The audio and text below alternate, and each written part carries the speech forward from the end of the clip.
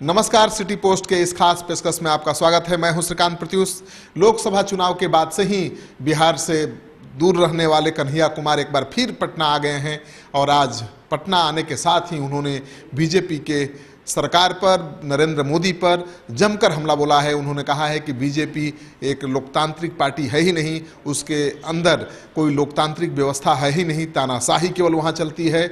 BJP के नेता अपने ही लोगों को नहीं छोड़ते हैं, सहयोगी दलों की बात तो दूर छोड़ दीजिए। उन्होंने उदाहरण देते हुए कहा कि जो नरेंद्र मोदी आज देश के प्रधानमंत्री हैं, कभी अटल बिहारी वाजपेयी और आडवाणी के लिए माइक लाते थे, माइक पकड़ते थे उनका, और आज उनका नाम लेने को तैयार नहीं है। मार्गदर्शक मंडल में आडवाणी को डाल दिया। यानी जिन्होंने उनको बनाया उन्हीं को नहीं छोड़ा तो फिर सहयोगी दलों को क्या छोड़ेंगे। उन्होंने उदाहरण दिया शिवसेना का, उन्होंने उदाहरण दिया बिहार के नीतीश कुमार का। उन्होंने कहा कि बीजेपी का मकसद केवल सिर्फ ये है कि किसी तरह से सत्ता पर काबिज होना है, और सत्ता पर काबिज होने के बाद वो किसी भी दूसरे राजनीतिक दल के अस्तित्व को देखना नहीं चाहेगी, सबको समाप्त करना चाहेगी, और वही काम वो कर रही है। शिवसेना के साथ वही काम करेगी बिहार में नीतीश कुमार के साथ। तो कन्हैया कुमार के तेवर काफ़ी तल्ख हैं। उन्होंने बीजेपी पर जमकर हमला बोला है और उन्होंने कहा है कि बिहार से ही किसी भी क्रांति की शुरुआत होती है, चाहे वो राजनीतिक परिवर्तन के लिए क्रांति हो, या सामाजिक परिवर्तन के लिए क्रांति हो, या धार्मिक सांस्कृतिक क्रांति हो। उसका आगाज़ हमेशा बिहार की धरती से हुआ है और फिर से ये आगाज़ होगा बिहार की धरती से। उन्होंने कहा कि महागठबंधन को थोड़ा और ठीक ढंग से सजाना संवारना पड़ेगा, महागठबंधन को थोड़ा नए सिरे से व्यवस्थित करना पड़ेगा ताकि बीजेपी का मुकाबला ठीक से किया जा सके। उन्होंने कहा कि आज की तारीख में जिस तरह से बीजेपी तानाशाही कर रही है, उससे लड़ने के लिए विपक्ष को एकजुट होना बेहद ज़रूरी है। आपको पता है कि कन्हैया कुमार 2 दिन पहले ही ये कह चुके हैं कि तेजस्वी यादव का नेतृत्व उन्हें स्वीकार है। आपको पता है कि तेजस्वी यादव लोकसभा में सफल नहीं हुए, लोकसभा के चुनाव में उनको एक सीट भी नहीं मिली।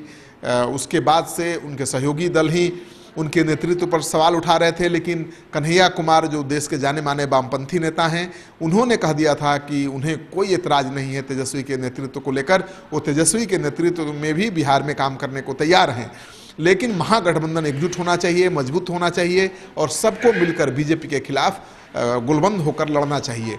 यानी कन्हैया कुमार की कोशिश ये है कि सबको एक साथ लेकर बीजेपी के खिलाफ बिहार से मोर्चा खोला जाए, और ये मोर्चा बिहार से खुलेगा लेकिन प्रभाव डालेगा दिल्ली तक, ये कन्हैया कुमार का विश्वास है। आप कन्हैया कुमार को सुनिए कि किस तरह से उनके तेवर तल्ख हैं और किस अंदाज में बीजेपी और नरेंद्र मोदी पर हमला कर रहे हैं। आज शिवसेना की हालत क्या कर दिया है, और डेलिबरेटली जो शिवसेना का चेहरा उद्धव ठाकरे को के बेटा जो है आदित्य ठाकरे, उनको बनाने का प्रयास किया जा रहा है, उनके साथ भी वही प्रक्रिया अपनाई जा रही है जो प्रक्रिया राहुल गांधी के साथ अपनाई गई। तो ये बीजेपी की मंशा है।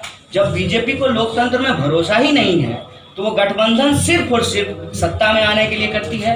जब वो पूरी तरह से सत्ता के सभी तंत्रों पे काबिज हो जाएगी तो अन्य किसी भी राजनीतिक दल को वो बर्दाश्त नहीं करेगी। और ये प्रवृत्ति जो है खुद भाजपा के भीतर कितनी मजबूत है आप उसको देख लीजिए कि जो नरेंद्र मोदी जी आडवाणी जी का माइक पकड़ते थे, जो नरेंद्र मोदी जी पब्लिकली मंच पे आडवाणी जी को पांव छूते थे, आज आडवाणी जी का नाम लेने के लिए तैयार नहीं।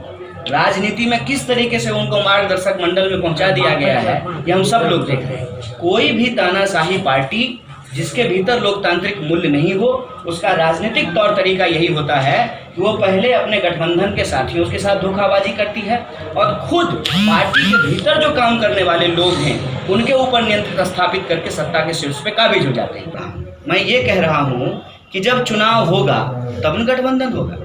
जब चुनाव की प्रक्रिया लोकतांत्रिक तरीके से आगे बढ़ेगी और जनता में चुनाव के प्रति भरोसा रहेगा, तभी गठबंधन का बनना और बिगड़ना रहेगा।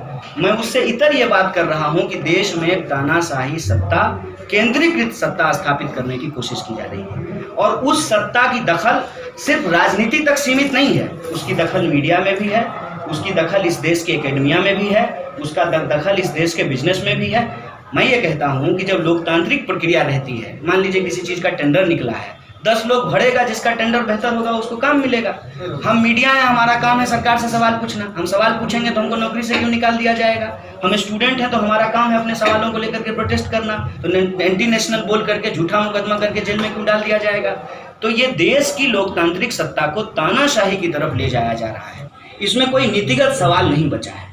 और हम आपको बता देते हैं, नीतीश जी भी शायद यह बात एहसास कर रहे होंगे कि भाजपा उनको सेट करने पे लगी हुई है। बीजेपी का ये इतिहास है, जिसके साथ गठबंधन बनाती है धीरे धीरे उसको निगल जाती है। तो आपने सुन लिया कन्हैया कुमार के तेवर कितने तल्ख हैं और बीजेपी नरेंद्र मोदी को जमकर कोस रहे हैं, उन पर हमला कर रहे हैं।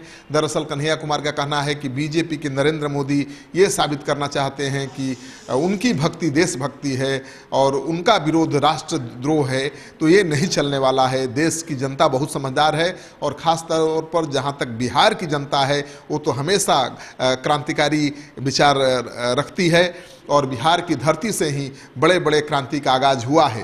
तो अगर ज़्यादा करेंगे तानाशाही तो बिहार से ही उनके खिलाफ क्रांति का आगाज होगा। जाहिर है कि कन्हैया कुमार एक प्लेटफॉर्म तैयार कर रहे हैं जिस पर सभी विपक्ष के दलों को लाया जाए, उनमें जो भी मतभेद है, जो मनमुटाव है उसको दूर किया जाए और सबको एकजुट करके बिहार से बीजेपी के खिलाफ देश भर में लड़ाई शुरू की जाए। कन्हैया कुमार को कितनी सफलता मिलेगी ये कह पाना बड़ा मुश्किल है, क्योंकि आज की तारीख में विपक्ष बेहद कमज़ोर है और लगता ही नहीं है कि बीजेपी को हटाना मुश्किल है। लेकिन इंदिरा गांधी को भी नहीं लगता था कि उनको हटाना या हराना मुश्किल है, लेकिन वो हारी, वो हटी भी। हो सकता है कि विपक्ष एकजुट हो और सही रणनीति के साथ सही मुद्दों को लेकर जनता के बीच जाए तो परिवर्तन हो सकता है। कन्हैया का ऐसा मानना है, उन्हें पूरा विश्वास है कि परिवर्तन होगा और उसका आगाज बिहार की धरती से ही होगा। कन्हैया के इस दावे में दम दिखे तो इस वीडियो को खूब शेयर करिए। अगर आपने अब तक हमारा चैनल सब्सक्राइब नहीं किया है तो कर लीजिए। आपका सहयोग समर्थन लगातार मिल रहा है, उसके लिए बहुत बहुत धन्यवाद।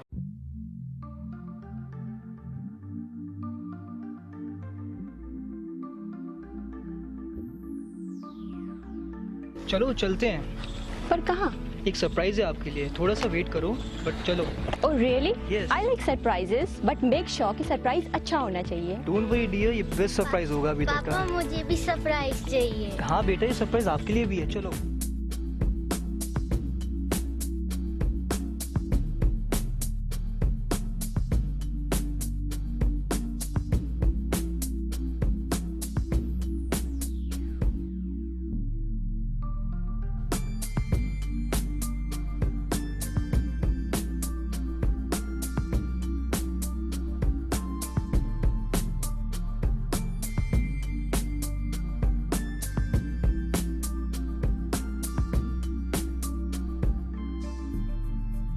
बताओ कैसा लगा?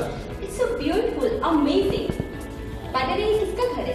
ये हमारा पैनोरमा, हमारे सपनों का घर है। वाह, हमारे सपनों का घर।